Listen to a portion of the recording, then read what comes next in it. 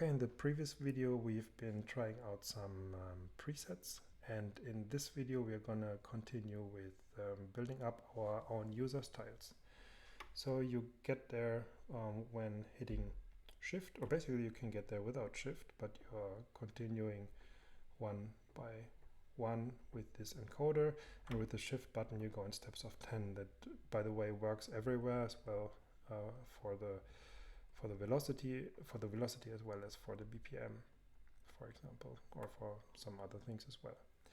So when you are in one of the user styles, which you will recognize when there's a U in front of and you hit play, there's nothing happening.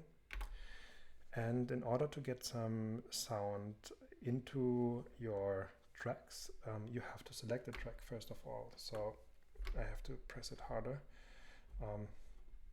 So you now see that I'm in track 1. I can switch the different tracks by hitting the corresponding track number. You see here it's labeled like this.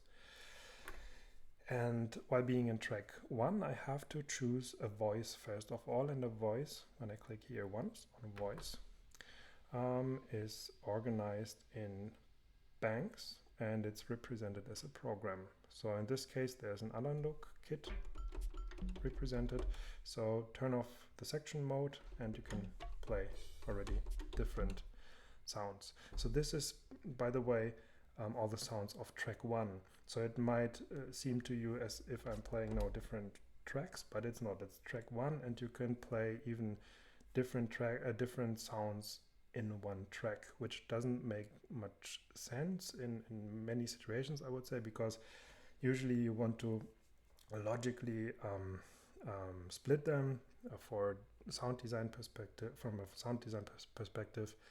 But yeah, maybe sometimes it makes sense. It should be a design decision. But yeah, in this video and for now, we're going to start with one instrument, or with one sound per track. Okay, so you can choose between different kits here, and there's an analog kit. We can already get started with this one, and we're gonna search for a bass drum. So you can go down an octave and you find more sounds, and yeah, here we have some nice bass drum. And when I want to record this bass drum, I do have to choose a recording mode, and I do so in a way that I click on rec, and I can choose between several recording modes. The grid mode would, when I hit play, allow me to use this buttons to be used as a step sequencer, so I can hit the particular step that I want the bass drum to be played. There is a step recording mode, which allows you to play the particular sound that you want to add or insert into a specific step, and you can also rest and tie them.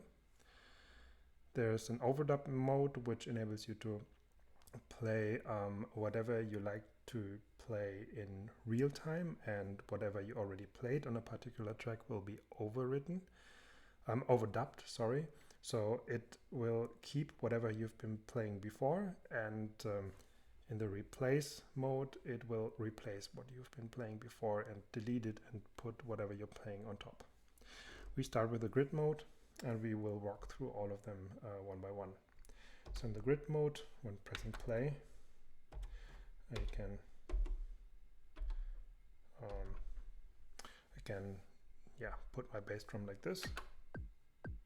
And you already recognize that's a complete different bass drum to the one that I was just selecting. So I get back to the main menu by pressing stop a couple of times. And I actually want this one.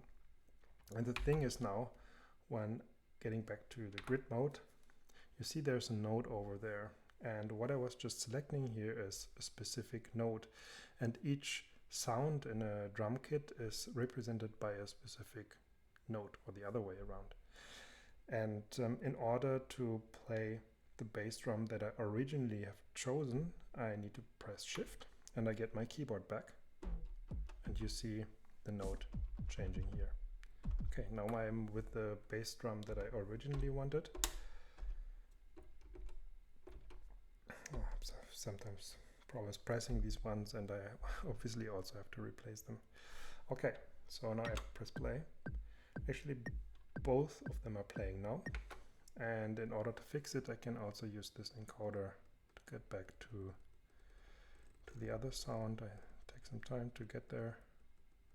Okay, here it is, and I'm going to remove it. Okay, so I'm fine now. What I can do next is that, for example, when I want to have some bass line going on, I hit stop a couple of times and ensure that I'm not in recording mode. And when I hit track and select the second track, I can select a different voice. I can choose the analog kit again.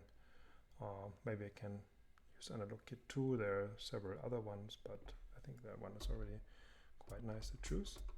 There's already a hi-hat here, and I can use this one, and maybe this time when I get back to the main menu and in recording mode, I can use the step recorder just to show you how it works.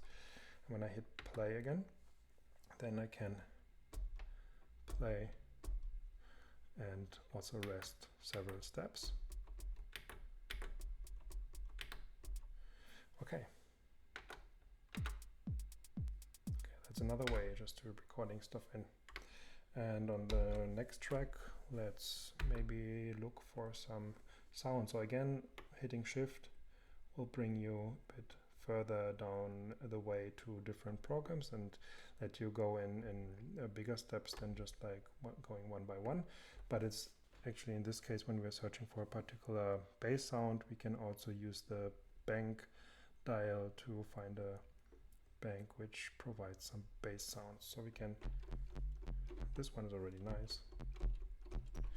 Okay, so we have a nice bass sound here, and to play this one in, we can press record again, and this time we're going to choose the overdub mode. And when I hit play,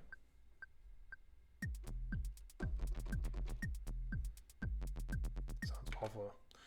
Now if I were to choose overdub again and try to replace it, it would just put notes on top. So what I'm going to do now is that I'm going to use the replace mode. It will allow me to play the notes from scratch in again. Okay.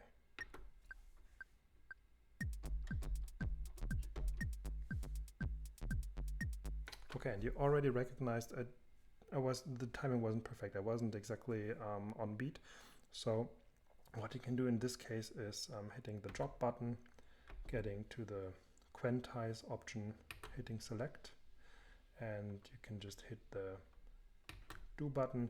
You can also in one go check different or affect different phrases. So if you have not only the phrase, and phrase is basically the notes that you played, and a phrase is always connected, or it's basically added to a track to play several notes, and a phrase can be quantized, but you can also quantize, for example, the second track in one go and the first track and so on and so forth, if you wish to do so. Okay, so now it's quantized, hopefully. Yes, sounds much better. Another option with the quantize is to add some swing. So if you put, for example, 55%, hit do, and really this time I also want to do it for the hi-hat, which is on 2 with the phrase 2. And when I go back and hit play, you already hear some sound groove going on. Okay, so I think that's all about recording. Not all about recording, but at least the essentials. And in the next video, we can continue building up our groove and getting a bit more into how to editing the voice. And I hope to see you there. See you next time.